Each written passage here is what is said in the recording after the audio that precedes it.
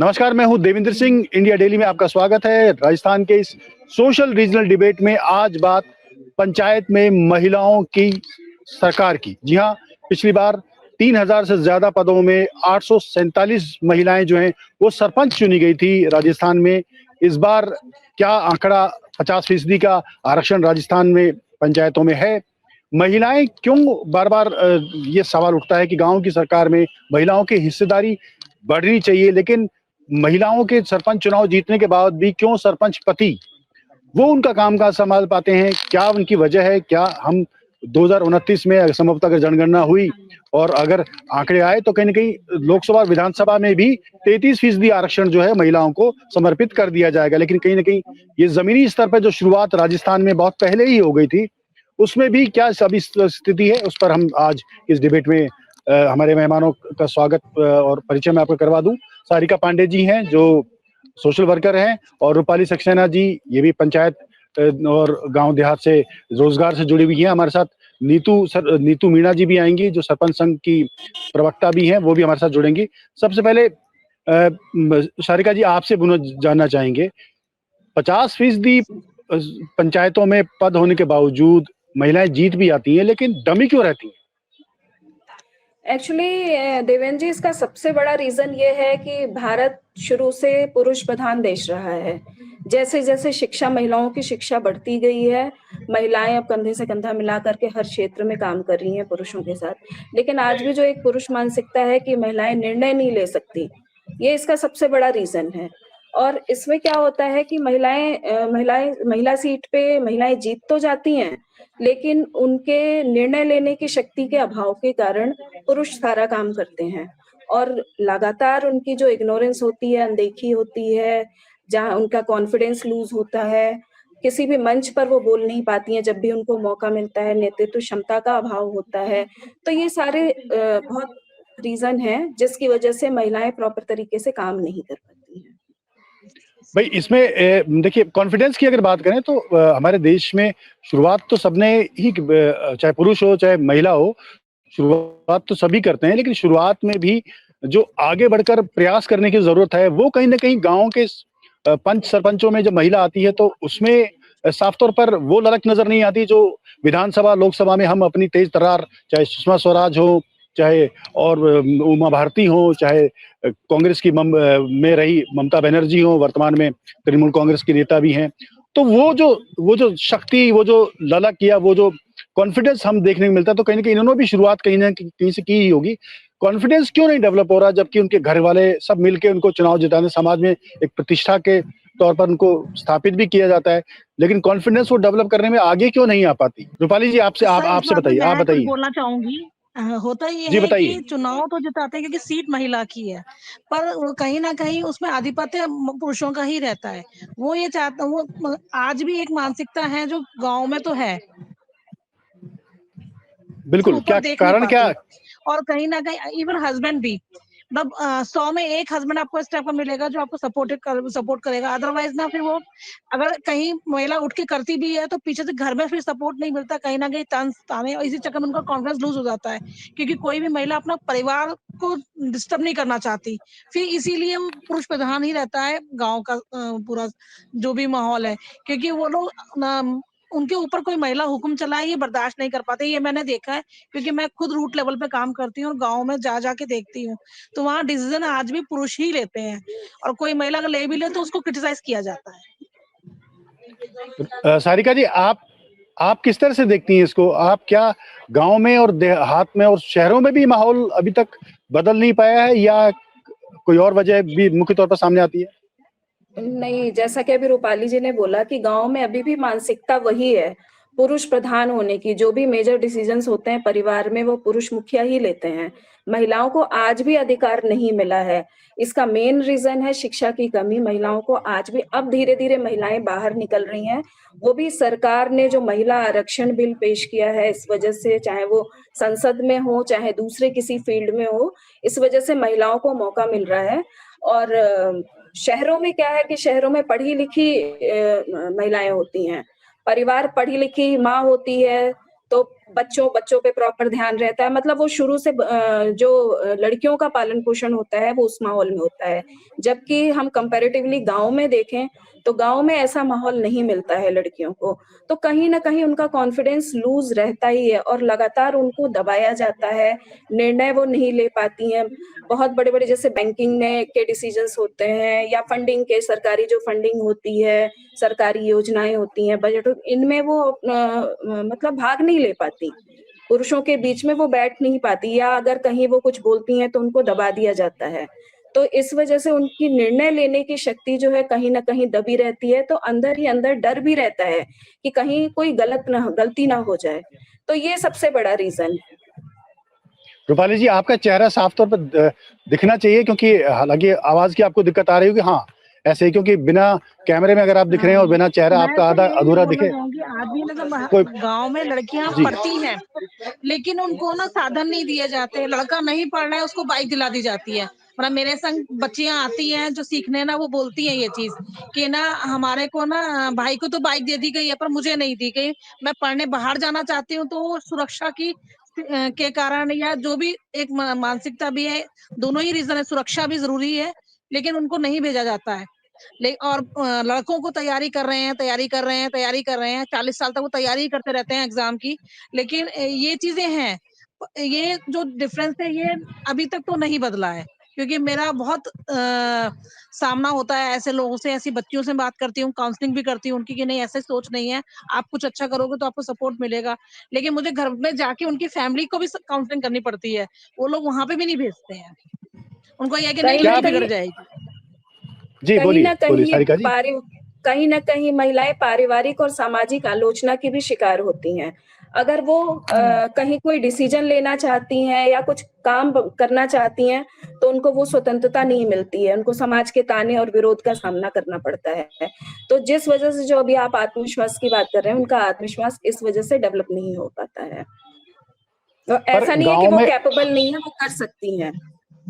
जी। देखिए, पति अगर परिवार की बात करें तो अगर जब भी महिलाओं के आगे नेतृत्व की क्षमता आती है या कभी ऐसे विकल्प आते हैं, तो कहीं ना कहीं पुरुष, चाहे पति हो चाहे बाप हो, अपनी बेटी पर, या पुरुष अपनी पत्नी पर, चाहे लालू यादव की बात करें तो उन्होंने अपनी पत्नी को मुख्यमंत्री बनाया।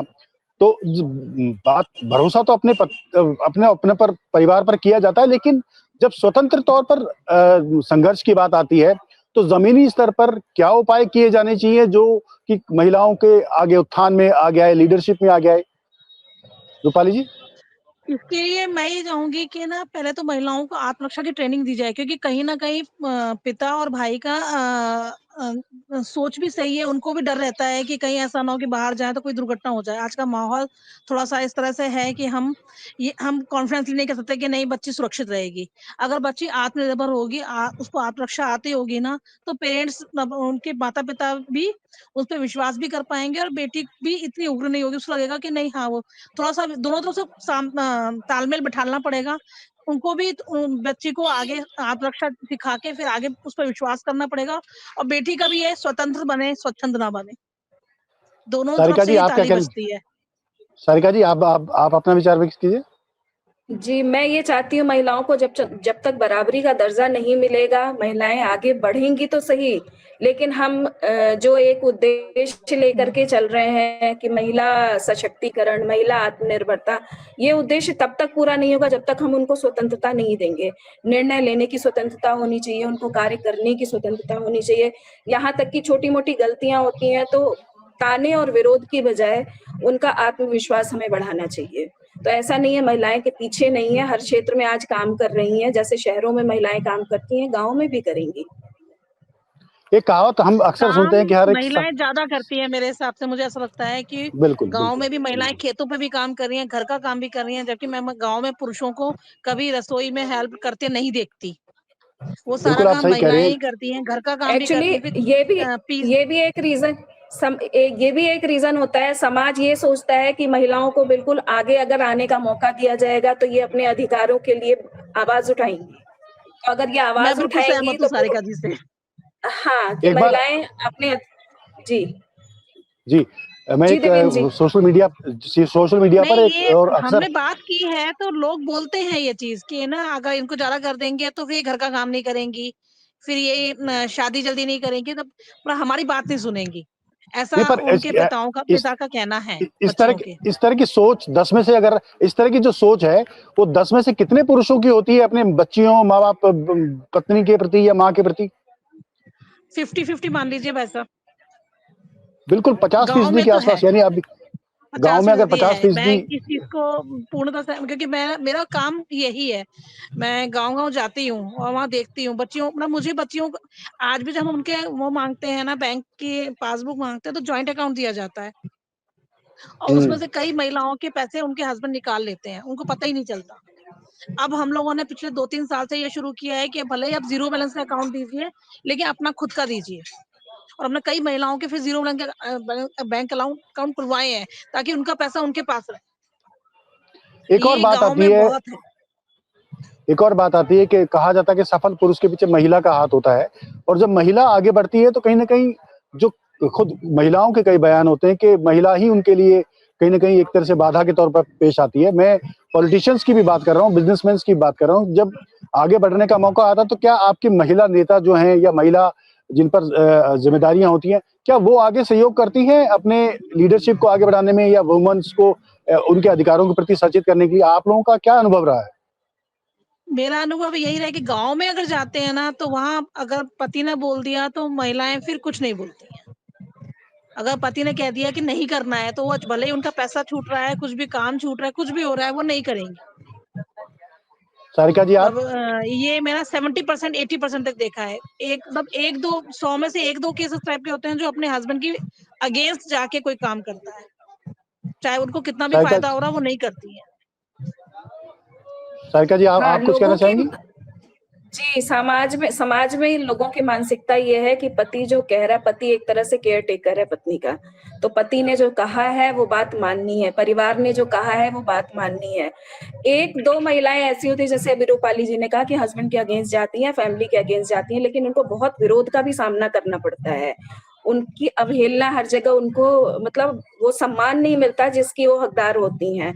इस वजह से क्या होता है कि जैसे महिला सरपंच अगर आ भी जाती है गाँव में, तो वो उसको आगे नहीं आने दिया जाता है, और इससे जो महिला केंद्रित योजनाएं सरकार द्वारा जो चलाई जा रही हैं, उनको वो जान नहीं पाती है, तो वो सरकार का उद्देश्य भी सफल यहाँ पर नहीं हो पाता, और वो महिला सरपंच तो पीछे जाती है, साथ के साथ गांव की बाकी महिलाएं भी पीछे चली जाती हैं।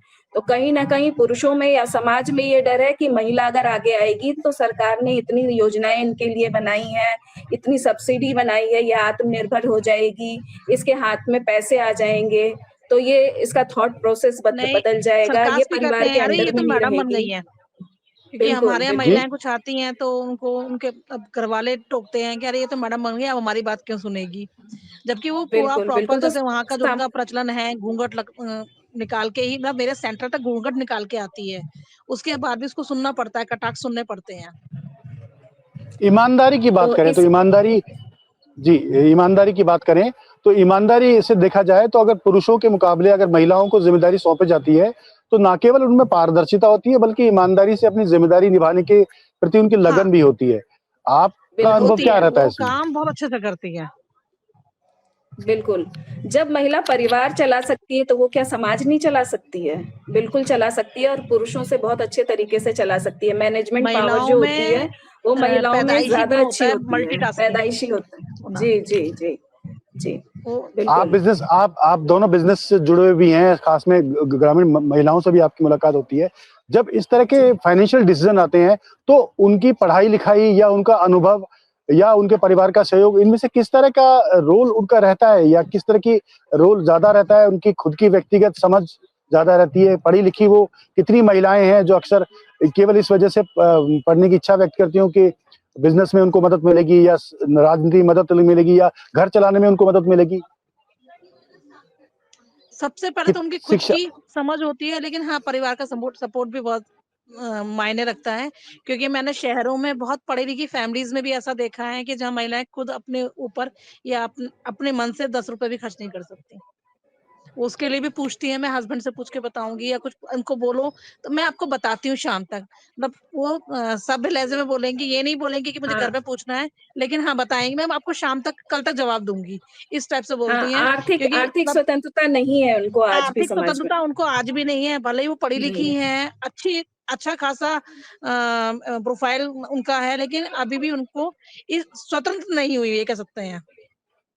मैंने क्या ऐसे किया जाना परिवार भी चाहिए देखे हैं, शहर में भी। ऐसे चीजों से, ऐसी सिचुएशन से बचने के लिए कि भविष्य में हमारा जो उज्जवल भविष्य हो उसमें महिलाओं की भागीदारी भी आधी हो, क्योंकि आधा पूरी दुनिया जो है वो उन पर उनको उनका हक है, उनका हिस्सा है आधी दुनिया में। तो कहीं ना कहीं क्या किया जाना चाहिए शुरुआत से, ताकि ग्रास रूट पर काम किया हुआ जो है वो ऊपर तक दिखे। सारिका जी, रूपाली जी, आप जी, जी, सारिका जी बोलिए। इसके लिए सबसे पहले तो महिला को शिक्षित करना बहुत जरूरी है।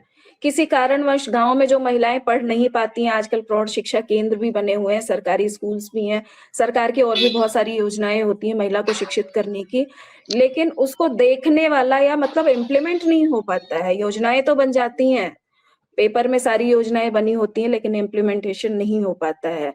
तो इसके लिए अपने को थोड़ा सा सपोर्ट और करना चाहिए परिवार कि महिला। हाँ, हाँ, रूपाली जी मैं ये जी, बोलिए। भी बोलना चाहूंगी साथ में कि जैसे अपन बच्चों को सिखाते हैं, बच्चियों को स्पेशली सिखाते हैं कि घर के सारे काम भी करना है, वैसे हमको ना बच्चों को, बेटों को भी सिखाना है, उनको भी सारे काम बिल्कुल, ये सिखाने तो हैं, उनको स्किल ये है, भी सिखाना है खाना कि जो बनाना। लड़की काम कर रही है उसकी भी उतनी रिस्पेक्ट करो, उसको भी आगे क्योंकि एक सोच जैसा परिवार में होता आता है ना कि नहीं पहले फादर हुक्म चलाते हैं फिर बेटे हुक्म चलाने लगते हैं। अगर उन बच्चों को बिल्कुल। शुरू से सिखाया जाएगा तो वो आजकल की नई जनरेशन जो आ रही है वो बड़ी समझदार है, वो बराबर लेके चल रही है कि भाई वो वाइफ काम करके आ रही है ऑफिस से, कॉर्पोरेट से, तो चलो ठीक है मैं कर देता हूँ या मैं खाना बना कर देता हूँ, मैं चाय बना देता हूँ। अब वो चीज नहीं है कि नहीं वो वाइफ आके काम वही करेगी, पर ये बहुत कम है। लेकिन हाँ, नई जनरेशन में मैं देख रही हूँ कि ये चीज हो रही है कि अब बदलाव हाँ, आ गांव रहा है, पर गांव में गांव भी ये तक आते आते थोड़ा मानसिकता। टाइम लगेगा। हाँ, टाइम लगेगा। और लोगों को जैसे लड़कों के दिमाग में ये डाला जाता है कि ये घर का काम है, खाना बनाना, कपड़े धोना, घर संभालना, साफ सफाई, ये कोई काम नहीं है। उनकी मानसिकता ऐसी होनी चाहिए कि वो बच्चों को ये सिखाएं कि ये एक स्किल है, लाइफ स्किल है और सरवाइव करने के लिए बहुत जरूरी है। तो ना केवल लड़कियों के लिए बल्कि लड़कों के लिए भी ये सारे काम लड़कों के उतने लिए भी ही जरूरी है, जरूरी हैं, क्योंकि अगर आजकल एक बार लड़कियां चाय भी बेटी ने बराबर बना का दी तो एक काम बार कर चाय रही हैं। बेटा भी बना सकता है। बिल्कुल, बिल्कुल। जब हम बराबरी की बात करते हैं तो काम का भी ऐसे बंटवारा होना चाहिए। बिल्कुल। आप दोनों का बहुत बहुत शुक्रिया, सारिका जी और रूपाली जी, आपका। आपने इस डिस्कशन में अपने अपने विचार रखे। तो इस तरह से इंडिया डेली में, रीजनल में हम फिर एक बार किसी सोशल विषय पर इकट्ठा होंगे अपने मेहमानों के साथ। दीजिए इजाजत, जी, नमस्कार। नमस्कार।